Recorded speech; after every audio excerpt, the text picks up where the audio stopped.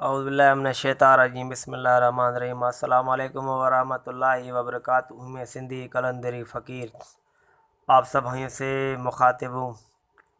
یہ بہت ہی پاورفل عمل ہے۔ اس سے شیاطین جو بار بار تنگ کرتے ہو، مسلط کیے گئے ہوں، اللہ رب عزت کے حکم سے وہ جل کر راکھ ہو جائیں گے یا بھاگ جائیں گے۔ تو سب سے پہلے اس چینل کو لازماً سبسکرائب کریں، لائک کریں، شیئر کریں اور ساتھ میں بیل آئیکن کو کلک کریں تاکہ ہر قسم کی نئی آنے والی نوٹیفیکیشن آپ سب بھائیوں کو مل سکے۔ سب سے پہلے اگر جس کے اوپر جن حاضر نہیں ہو رہا ہو، اثرات ہو، تکلیف ہو، تو سب سے پہلے ایک ہرا نیبو لینا ہے۔ ہرا نیبو ہو اور کوئی بھی نہ ہو، اسے نہ پوچھے کہ وہ بولیں گے سر ہرا نہیں ہو تو نہیں، ہرا نیبو ہو، اپنے ہاتھ میں رکھ کر ساتھ الٹے ساتھ سیدھے صدقہ نکالیں۔ صدقہ نکالیں 3 دن تک وہ اپنے جیب میں رکھے، ٹھیک ہے؟ 3 دن اپنے جیب میں رکھے، جدھر بھی جائیں، جس بھی حالت ہو، پاکی ہو ناپاکی ہو، 3 دن اپنے ساتھ ٹچ کرنا ہے۔ 3 دن کے بعد وہ بالکل سخت ہو جائے گا، بالکل جیسے کوئی اسٹون پتھر کی مانند ہو جائے گا۔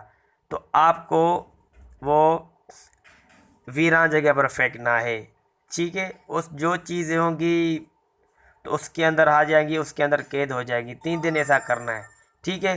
پھر وضو کر کے 3 لال مرچ لینی ہے، 3 لال مرچ لینی ہے، 7 الٹے 7 سیدھے صدقے کی نیت سے جسم پر واریں، ٹھیک ہے؟ اور وہ ایسی وہ جلا دیں، کہیں پر بھی جلا سکتے ہیں، ٹھیک ہے؟ مغرب سے پہلے یہ صدقہ نکالنا ہے، ٹھیک ہے؟ اور نیمبو والا 3 دن ٹچ ہو، جب 3 دن ختم ہو جائے پھر بعد میں یہ پھینکنا ہے، پھر مرچی کا صدقہ نکالنا ہے۔ 3 صدقہ نکالیں صبح کو یا دوپہر، پھر دوسرے دن بھی مرچی، پھر تیسرے دن مرچی، یہ صدقہ نکالیں۔ اس سے اللہ رب عزت کے حکم سے جڑ سے بیماری ختم ہو جائے گی۔